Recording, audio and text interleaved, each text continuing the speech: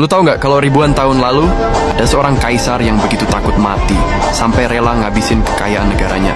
Buat nyari ramuan hidup abadi, dia nyuruh ilmuwan keliling dunia, ngirim kapal menembus laut yang waktu itu belum pernah dijelajahi, dan minum pil aneh setiap malam cuma buat satu tujuan, mengalahkan kematian.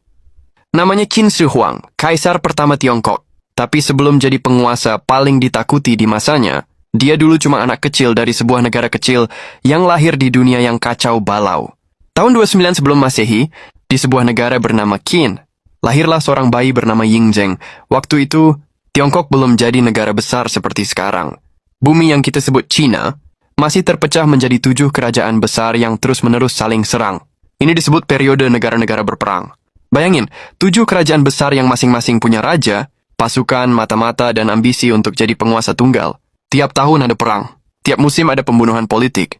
Nggak ada yang aman. Bahkan keluarga raja pun bisa hilang dalam semalam. Yingzheng lahir dari ayah bernama Raja Zhuangxiang dan seorang ibu bernama Zhao Ji. Tapi hidupnya jauh dari damai. Di usia 13 tahun, ayahnya meninggal mendadak, dan dia dipaksa naik takhta jadi Raja Qin saat masih remaja. Bayangin, anak 13 tahun, tiba-tiba harus memimpin kerajaan yang dikelilingi musuh. Sejak kecil, Yingzheng udah kenal sama rasa takut. Takut dikhianati, takut dibunuh, takut kerajaan yang diwariskan ayahnya lenyap. Rasa takut ini nantinya jadi bahan bakar ambisinya. Kalau dia bisa menyatukan semua negara, mungkin dia bisa mengalahkan kematian. Atau setidaknya kematian politik. Meskipun masih remaja, Yingzheng nggak tumbuh jadi raja boneka. Di balik tahta, ada seorang pedagang kaya bernama Lu Buwei, mentor politik yang mengajari dia cara mengatur kekuasaan.